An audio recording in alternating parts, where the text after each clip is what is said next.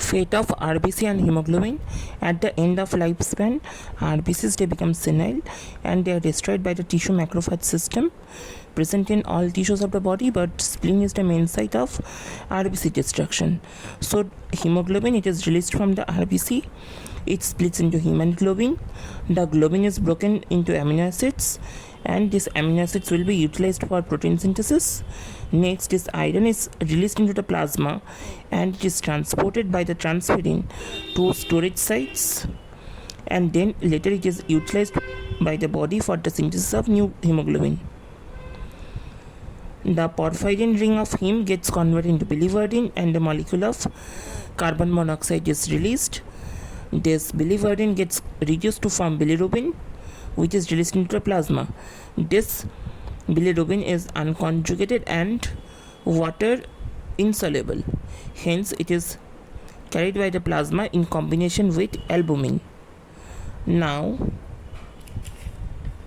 this unconjugated bilirubin reaches the liver, and in the liver this bilirubin undergoes conjugation with glucuronic acid to form bilirubin monoglucuronide and bilirubin diglucuronide. These compounds are soluble in water and pass into the duodenum in the bile during digestion.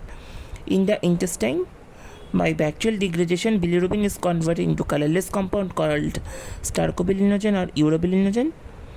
About 20% of urobilinogen is absorbed into the portal blood and reaches the liver. A part of urobilinogen enters the general circulation. It is filtered by the kidney into urine. Hence, urobilinogen gets oxidized to urobilin after exposure to sunlight and provides the color to urine.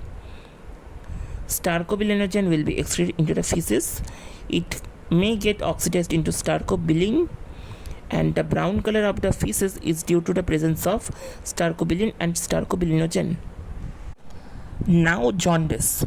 So what is jaundice? Jaundice is basically the yellow discoloration of the skin, conjunctiva and the mucous membrane caused by the presence of excess accumulation of bilirubin in plasma and tissue fluids. This is known as jaundice. So, jaundice, the word jaundice is derived from a French word jaune, which means yellow. So, in our body, the normal bilirubin levels are 0.2 to 0.8 milligram per 100 ml of blood. When the bilirubin level exceeds 2 milligram per 100 liter, then clinical jaundice develops. Yellow discoloration of the conjunctiva or the white of the eyeball. This is the confirmative indication for jaundice. Now, what are the types of jaundice? Jaundice is classified into three types. Number 1, hemolytic jaundice. Number 2, hepatocellular jaundice. And number 3, obstructive jaundice. Now, hemolytic jaundice or the prehepatic jaundice. This develops due to excess bilirubin formation as a result of excessive red blood cell destruction. Liver function is normal. The liver tries to increase the excretion of bilirubin but cannot cope up with the increased production of bilirubin. As a result, the unconjugated bilirubin level in the plasma increases and it causes jaundice. There is also increased formation of urobilinogen. Excessive hemolysis, it is seen in splenomegaly, erythroblastosis fetalis, hemolysis due to mismatched transfusion, any hemoglobin abnormality, or drug toxicity. Hepatocellular or hepatic jaundice. This jaundice develops due to damage to the liver cells. In this case, the liver function is affected. As a result, the conjugated bilirubin is not excreted.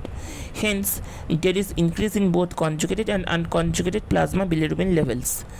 Liver damage is seen in infective hepatitis, mostly viral, drug toxicity, carcinoma of the liver, and cirrhosis of liver.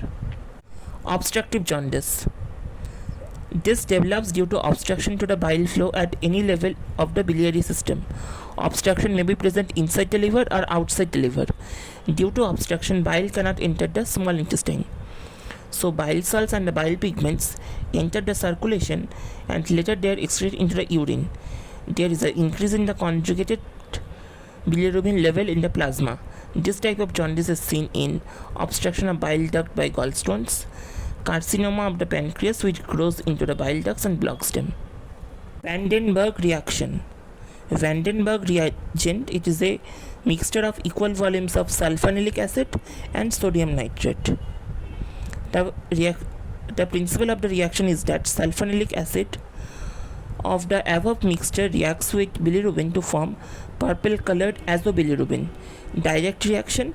Vandenberg reagent reacts with conjugated bilirubin and gives a purple colored salt immediately within 30 seconds. This is referred to direct positive Vandenberg reaction. Indirect reaction. Alcohol or methanol, it is added to dissolve unconjugated bilirubin, which then gives the Vandenberg reaction positive, and it is referred to as indirect positive.